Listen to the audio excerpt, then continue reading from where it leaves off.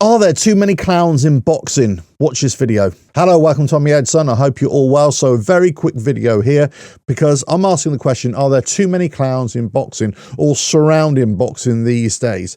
Now, one of the reasons why I'm making this video is because of all the nonsense that we get from the likes of Jake Paul getting into pro boxing and just saying how great they are and what the sort of fighters they are, and they're going to be a world title contender or be a world champion and all that nonsense. And look, if anybody wants to say that, that's up to them. Nobody's going to believe them, or nobody with their head on straight is going to believe them, right? But all of a sudden, you're getting people in media, boxing media, and also on the radio, the likes of Gareth A. Davis, which I just think is a complete arsehole sometimes, I really do. You know, they're kind of backing up Jake Paul, what he's doing for boxing and everything like that, because of his MVP promotions and the way he sort of, you know, promoted Amanda Serrano and all this kind of stuff. So from that point of view, yes, there is an element of what he's doing and the machine behind him is doing is not a bad thing.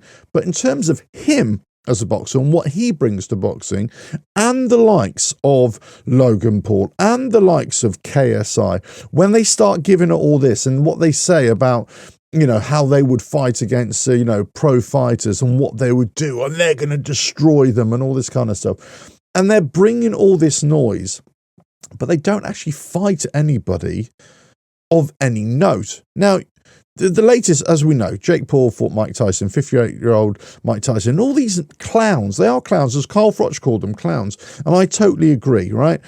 All these idiots on, you know, online, on YouTube channels and also on the radio, Talk Sport and like that, all the, you know, whether, you know, in Europe, whether in the UK, whether in the United States, saying that, oh, you know, Mike Tyson's going to bash him. All these ex-pros saying that Mike Tyson's going to bash Jake Paul. And, you know, we're all saying beforehand, it's never going to happen.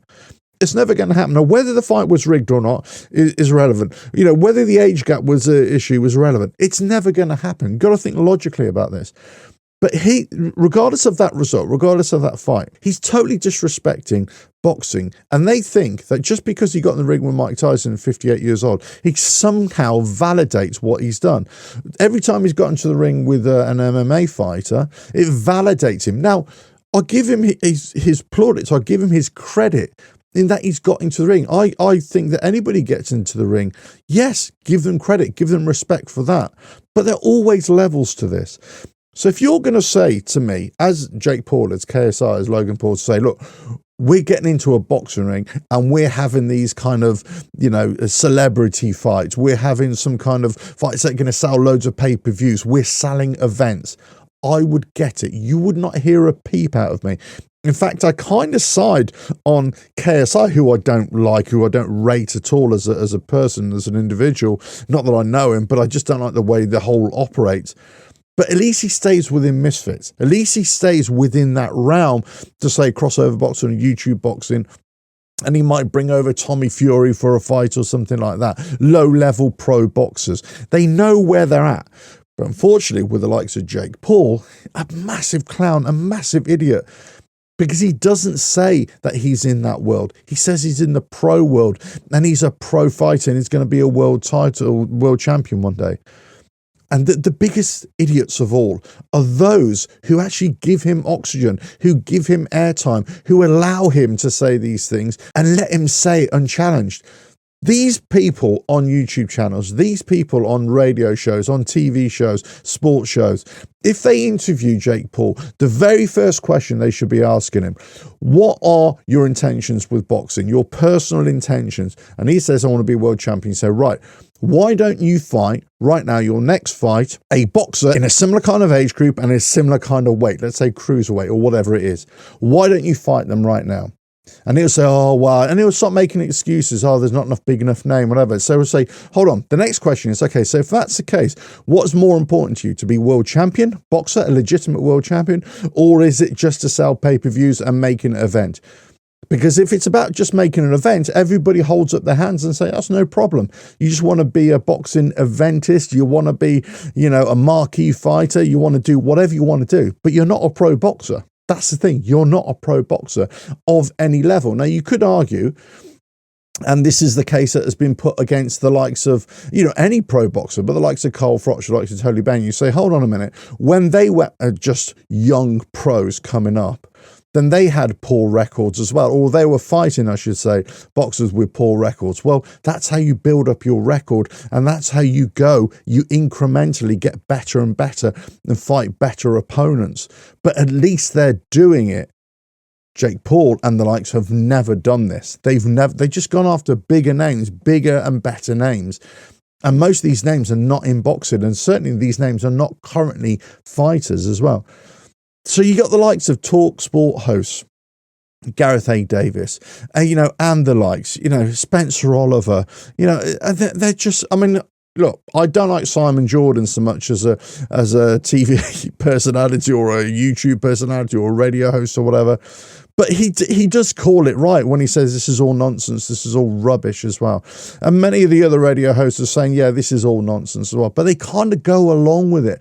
They kind of go along with still talking about this Jake Paul, you know, being a benefit to boxing. It isn't. It's an absolute circus. And there's got to be somebody out there who's going to put it to Jake Paul and say, if you don't fight somebody, the proper boxer, in your next fight, in your own age group, in your own weight class, if you don't fight somebody like that, you might as well just forget about even discussing about being a pro boxer, because you're not. You're a joke otherwise. And somebody needs to put it on him.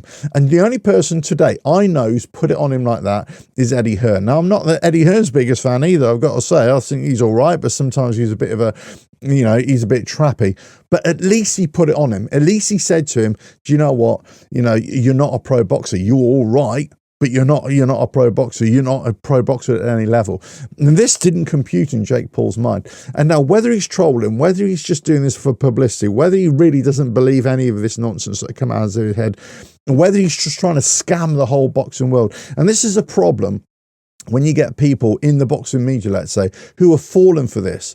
And you think, well, you're being scammed here at so many different levels. You're being scammed just because you're kind of thinking, oh, well, and maybe he could do this and maybe he couldn't do that. And maybe we should bring out these guys out of retirement just to fight him. No. Okay, if Carl Froch, as I said in a previous video, gets into the ring with him, I can't wait for Carl Froch to actually smack him one. But I don't even want to see that. What I want to see is Jake Paul get in the ring with somebody of his own age in a weight class in the cruiserweight division. I've already said somebody like Vidal Riley, English level, something like that. Because that's where I think you're not even anywhere near that standard. But I say, if you want to put him in a fight, put him in one of the top cruiserweights then. If this is where we're talking about, so right, fine. If you think you're that good, let's put you in with somebody who's really good. And let's see how long you last. Because you wouldn't last 2 seconds. Then all these people who've been giving it all this the last few weeks, the last few months, the last couple of years as well, about Jake Paul, how great he is. Let's see what they say after that. When all of a sudden he's flatlined, and then people think, oh, well, okay, yeah, he came up against a real boxer. Well, no shit, Sherlock. Of course it was going to happen like that.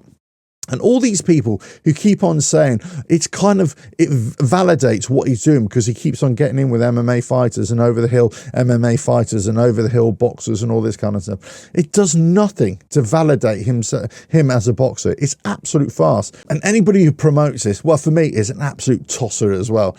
They really are. Let us know your thoughts in the comments below. If you like what I do here, just keep on watching the videos, and I'll catch you again. Bye now.